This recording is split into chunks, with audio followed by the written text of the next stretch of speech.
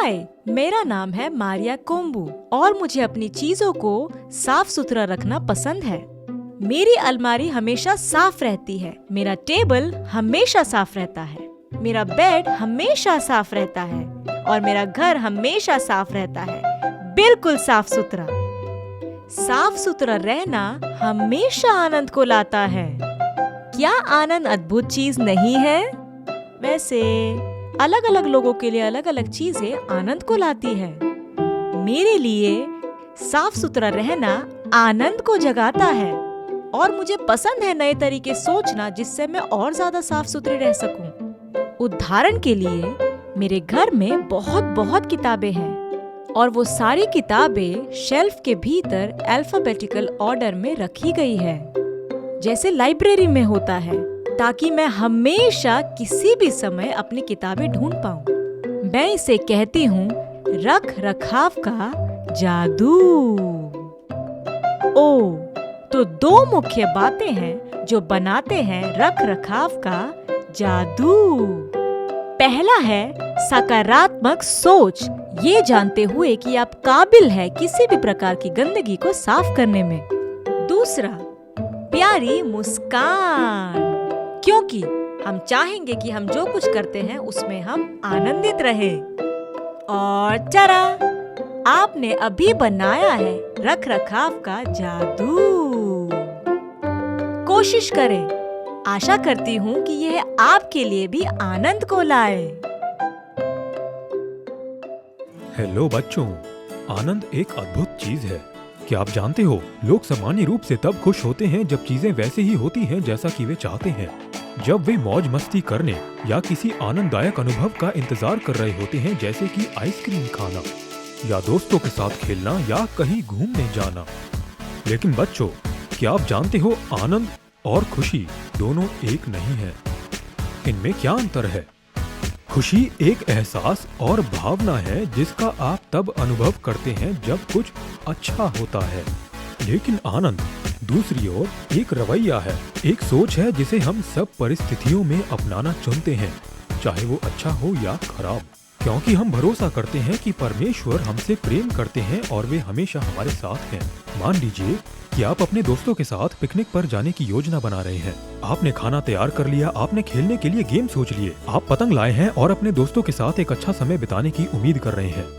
लेकिन जब आप सुबह उठे तो बहुत तेज बारिश हो रही थी और आपकी सारी योजनाएं तहस नहस हो गई। आप इस परिस्थिति में कैसे आनंदित हो सकते हैं? क्या आप पूरा दिन दुखी होकर बिताएंगे या इसके बजाय आप एक मजेदार घर में पिकनिक करने का चुनाव कर सकते हैं? तो बच्चों, आनंद का चुनाव करना तब आसान हो जाता है जब आपका रवैया यीशु के साथ हमारे रिश्ते से प्रभावित होता है।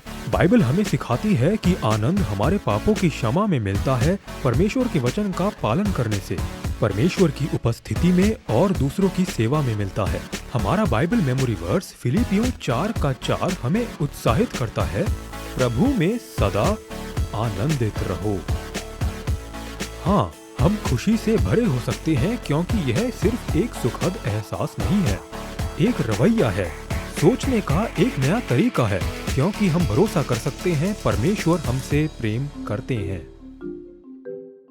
हाँ, हम प्रभु में सदैव आनंद से भरपूर रहना चाहते हैं। लेकिन हम ये कैसे कर सकते हैं? आनंदित रहने के लिए इन 3 अक्षरों को याद रखें। जे, जीसस यानी यीशु। ओ, अदर्स यानी अन्य। वाई, यू माने आप।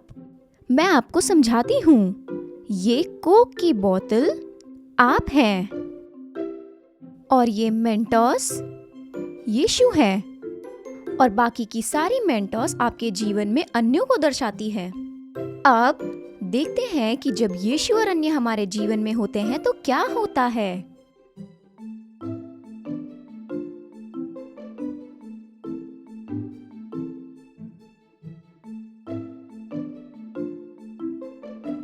क्या आपने कोक बोतल से बाहर निकलते देखा? हमारा जीवन भी ऐसा ही है। जब यीशु और अन्य हमारे जीवन में होते हैं, हमारे अंदर से आनंद की बौछार फूट पड़ती है। आनंद का अनुभव करने के लिए यीशु को प्रभु और उद्धारकर्ता के रूप में अपने जीवन में बुलाएं। दूसरों की मदद करना व परवाह करना शुरू करें। अपने विचारों और रवैये को परमेश्वर के वचन के साथ जोड़ें। आमेन। फिलिपियो 4 अध्याय का 4 वचन कहता है, प्रभु में सदा आनंदित रहो। तो बच्चों, परमेश्वर चाहता है कि आप हमेशा आनंदित रहे। आनंद क्या है? जीसस यानी यीशु, ओ अदर्स यानी अन्य, वाई यू यानी आप। आनंद का अनुभव करने के लिए आप यीशु को बुलाएं कि वह आपके जीवन के प्रभु और उद्धारकर्ता बने। दूसरों की मदद व परवाह करना शुरू करें। अपने रवैये और विचार को परमेश्वर के वचन के साथ जोड़ें। आइए हम प्रार्थना करें। प्रिय प्रभु, हम आप में आनंद की पूर्णता का अनुभव करना चाहते हैं। आप मेरे प्रभु और उद्धारकर्ता के रूप में मेरे जीवन में आए। आपको और मेरे आसपास के लोगों को ठेस पहुंचाने के लिए मुझे खेद है। मैं आपसे माफी मांगती हूँ।